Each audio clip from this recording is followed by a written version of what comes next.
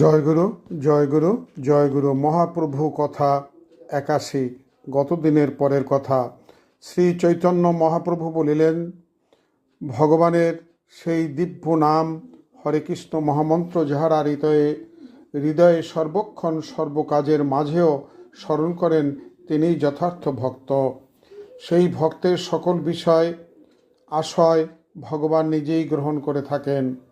সেই শুদ্ধ ভক্ত কখনোই শ্রীকৃষ্ণের চরণারবিন্দ থেকে বিক্ষিপ্ত হয় না। প্রতিটি জীবের কৃপা ভগবানময়।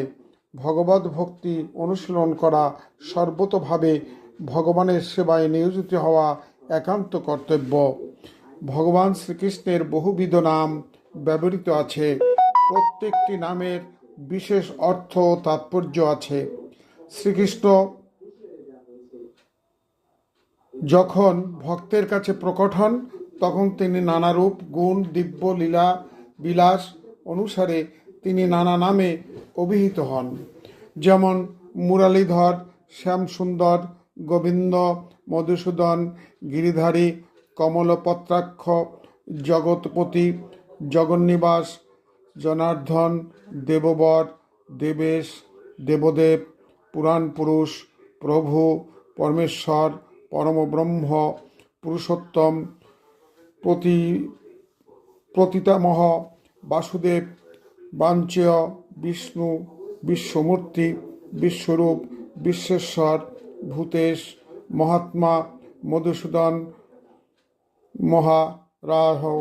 মহাবাহু, মাধব, যোগেশ্বর, যোগিন, যাদব, হরি, ঋষিকেশ ইত্যাদি।